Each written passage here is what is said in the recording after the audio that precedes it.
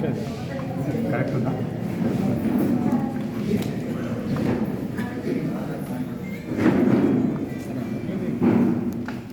ఈరోజు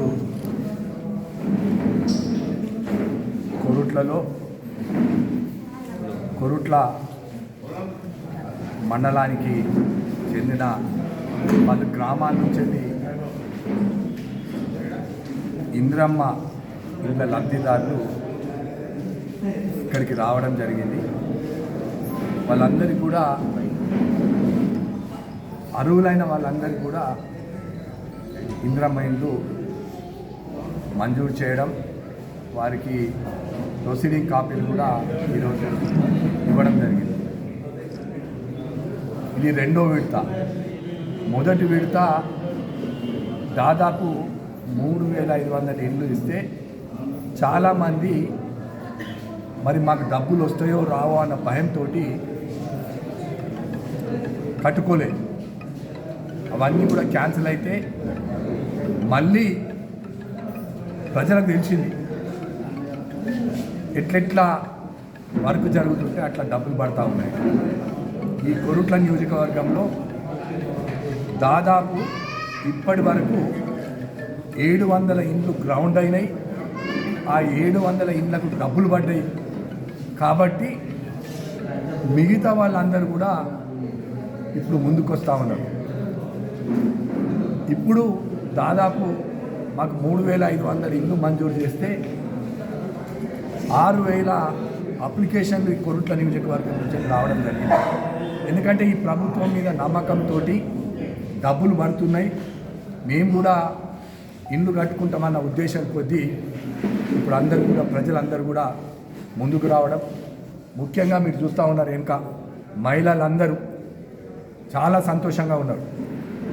10 సంవత్సరాల నుంచి వెళ్ళి గత ప్రభుత్వం డబుల్ బెడ్రూమ్ ఇళ్ళని ఇవన్నీ అవని చెప్పి కేవలం మొత్తం నియోజకవర్గంలో నేను అనుకుంటా 400-500 ఓటు డబుల్ బెడ్రూమ్ ఇళ్ళ కంటే ఎక్కువ ఇవ్వలే. కొరుట్ల ఇంత పెద్ద పట్టణంలో కేవలం 70 ఇండ్లు మంజూరు చేయడం జరిగింది. అవి కూడా నాణ్యత లేదు, ఉరుస్తూ ఉన్నాయి, పెచ్చులు లేస్తూ ఉన్నాయి.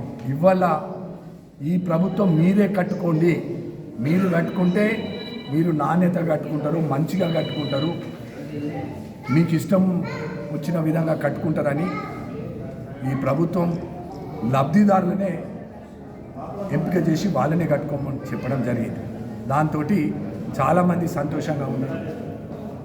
ఇప్పుడు రెండో విడత మరి మాకిచ్చిన 3,500 కంటే కూడా ఈ ప్రభుత్వం మీద నమ్మకంతో ప్రజలు ఎక్కువ అడుగుతున్నారు. కాబట్టి మేము మా ముఖ్యమంత్రి రేవంత్ రెడ్డి గారికి, అదేవిధంగా హౌసింగ్ మినిస్టర్ పొంగులేటి శ్రీనివాసరెడ్డి గారికి కూడా మేము విన్నపించుకొని మరి ఇలాంటి పరిస్థితులు ఏర్పడుతూ ఉన్నాయి.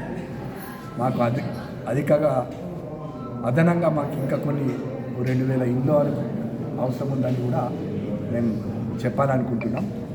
ఎందుకంటే ఈ ప్రభుత్వం చేస్తున్న సంక్షేమ పథకాలతో పాటు ఇందిరమ్మ ఇండ్లకు డబ్బులు పడుతున్నాయన్న నమ్మకం ప్రజల్లో ఏర్పడింది. కాబట్టి ప్రతి ఒక్కరు కూడా ఇప్పుడు పేద ప్రజలందరూ కూడా ముందుకు వస్తూ ఉన్నారు. ఇవాళ మేము చేసిన సంక్షేమ పథకాలు ప్రజల నమ్మకంతో ఇవాళ జూబ్లీ హిల్స్లో పెద్ద మెజార్టీతో 25,000 మెజార్టీతో గెలవడం జరిగింది. ప్రతిపక్షాలు విమర్శలు చేసిన ఏం చేసిండ్రు దానికి నిదర్శనం జూబ్లీ హిల్స్. కేటీఆర్ గారు ఎలక్షన్స్ బిఫోర్ నెల రోజుల ముందు ఇది రెఫరెండంగా భావించాలి ముఖ్యమంత్రి గారు, కాంగ్రెస్ ప్రభుత్వం అని చెప్పడం జరిగింది. ఇలా మేము కేటీఆర్ గారిని సూటిగా అడుగుతా ఉన్నాం. ఇలా ప్రజలు ఈ తీర్పు ఇచ్చినారు, దీనికి మీ జవాబు ఏంటి? ప్రజలు ఈ కాంగ్రెస్ ప్రభుత్వం పట్ల నమ్మకంతో, గత ప్రభుత్వం చేయలేదు, మాటలు చెప్పింది, ఎలాంటి కార్యక్రమాలు చేయలేదు కాబట్టి ఆ ప్రభుత్వాన్ని తిరస్కరించింది. కాంగ్రెస్ పార్టీ మీద ప్రజలకు నమ్మకం ఉంది. బడుగు బలహీన వర్గాలకు, ఎస్సీ ఎస్టీలకు, మైనారిటీలకు కూడా ఎప్పుడు కూడా అండగా ఉండే ప్రభుత్వాన్ని, కాంగ్రెస్ ప్రభుత్వాన్ని ప్రజలు నిర్ణయించుకున్నారు. మహిళలందరూ కూడా ఈసారి నిన్న మా ముఖ్యమంత్రి గారు కోటి మహిళలకు కూడా చీరల పంపిణీ జరుగుతూ ఉండేది. కోటి మంది మహిళలను కోటీశ్వరులను చేద్దామని కూడా ఆ విధానంలోనే మరి మహిళలకు అందరూ కూడా ప్రోత్సాహం చేస్తున్నది కాంగ్రెస్ ప్రభుత్వం. వడ్డీ లేని రుణాల నుంచి మొదలుపెట్టి వాళ్ళకి పర్సనల్గా కూడా వాళ్ళు ఏదైనా పెట్రోల్ బంకులు కానీ రైస్ మిల్స్ కానీ ఏదైనా పెట్టుకుంటామంటే కూడా మహిళల కోసం ఈ ప్రభుత్వం ముందుంటుందని మా ముఖ్యమంత్రి గారు చెప్పడం, వాటిని కూడా మేము ఇంప్లిమెంట్ చేస్తూ ఉన్నాం చాలా చోట్ల. చీరల పంపిణీ ఎప్పటి కార్యక్రమం స్టార్ట్ మాకు నిన్న ఇంకా ఇక్కడ ఎంపీడీఓలకు కానీ ఇక్కడ కలెక్టర్ గారికి ఆదేశాలు వస్తాయి. మేము బహుశా 3-4 రోజులల్లో స్టార్ట్ చేస్తారు కావచ్చు. ప్రభుత్వం ఆదేశాలు ఎట్లా ఇస్తే మన జగిత్యాల జిల్లా కలెక్టర్ సత్యప్రసాద్ గారు వారికి ఇంటిమేషన్ ఎట్లా ఉంటే దాని ప్రకారం అతి త్వరలోనే చీరల పంపిణీ కూడా జరుగుతుంది.